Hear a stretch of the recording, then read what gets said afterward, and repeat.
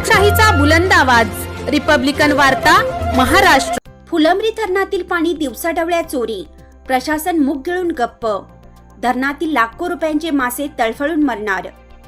औरंगाबादच्या फुलंब्री नगरपंचायतचे मुख्य अधिकारी ऋषिकेश भालेराव यांनी नुकतेच पत्रकारांना बोलावून 30 जूनपर्यंत सुरळीत पाणीपुरवठा करू असं वचन दिलं।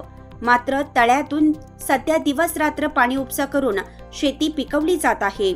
शहरात नुकतेच पाण्यासाठी नागरिकांची गैरसोय होत होती, त्यामुळे शहरातील नेते मंडळींनी अर्ज फाटे केले व नगरपंचायतचे मुख्य अधिकारी ऋषिकेश भालेराव यांनी तात्काळ धरणातील उपलब्ध असलेल्या पाण्याचे योग्य नियोजन करून पुन्हा पाणीपुरवठा पूर्वपदावर आणले।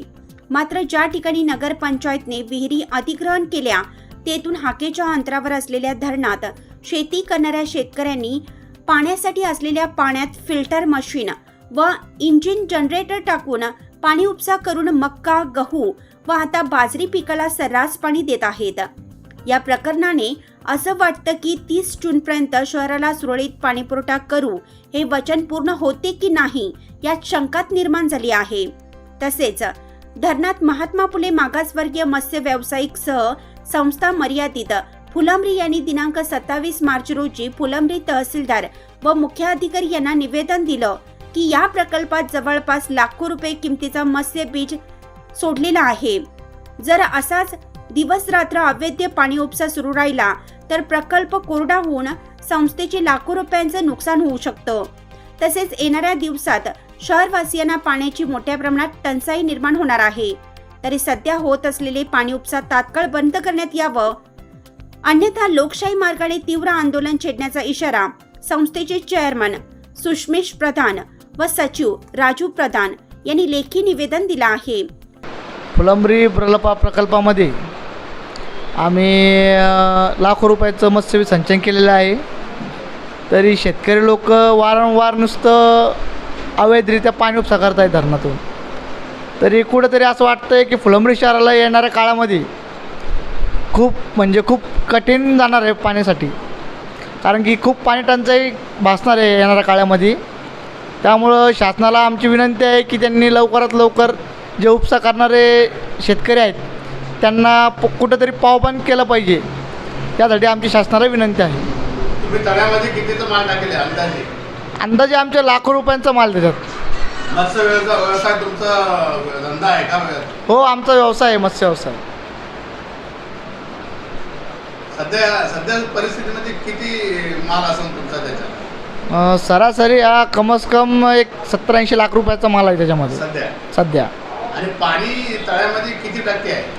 पाणी काय थोडंच राहिलं आहे आता, म्हणजे फुलंब्रीच्या आजूबाजूच्या परिसरामध्ये पाणी पुरणार नाही। एकंदरीत मृत साठ्यात आलेलं आहे तळं, मृत साठ्यामध्ये आलेलं आहे तळं। तर ते जे पाणी उपसा करतात ते शासनाला काही तुम्ही मेसेज वगैरे दिलेला आहे का पहिले? एकदा दोनदा आम्ही साहेबांना बोललो आहे, मुख्य अधिकारी साहेबांना। मग आता त्यांनी आतापर्यंत काही कारवाई नाही केली त्याच्यावरती। त्यांचं ते दिवसात उपसा करतात का रात्री बेरात्री येऊन? रात्रंदिवस उपसा करतात ते निडरपणे, असं कोणाचा धाक नसल्यासारखं करतात ते। किती लोक आहे आणि काय त्यांनी काय शेती वगैरे लावली आहे? काही फळ? हां, शेती वगैरे लावलेली त्यांनी, मक्का पेरली आहे, गहू टाकले, गहू काढले त्यांनी। मागच्या ह्याच्यामध्ये 2 महिन्या अगोदर गहू काढले त्यांनी। हँडपंपद्वारे, विद्युत पंपद्वारे ते उपसा करतात। तुमचं काय याच्यापुढे तुमचं जर यांनी जर ऐकलं नाही, मला तुम्ही असं सांगितलं आता की तुम्ही निवेदन दिलेलं आहे ते? हो, आम्ही आज तहसीलदार साहेबांना निवेदन दिलं आहे आणि मुख्य अधिकाऱ्याला नगरपंचायत त्यांनाही निवेदन दिलं आहे। काय म्हणणं आहे तुझं निवेदनात? निवेदनामध्ये तेच की हे जेवढं उपसा होतो आहे अवैधरित्या तो तेवढा थांबवण्यात यावा, पाण्याचा उपसा नाही नसता तुम्ही काय करणार ते? नसतं मग लोकशाही मार्गाने आम्ही आंदोलन करणारच आहे। तुमचं नाव सांगा? माझं नाव सुष्मेश राजू प्रधान। कोणत्या गावचं तळ आहे तुम्हाला? फुलंब्री गावचं तळ आहे। हो। रिपब्लिकन वार्ता महाराष्ट्र वृत्तवाहिनीसाठी फुलंब्री औरंगाबाद प्रतिनिधी अकबर शहा।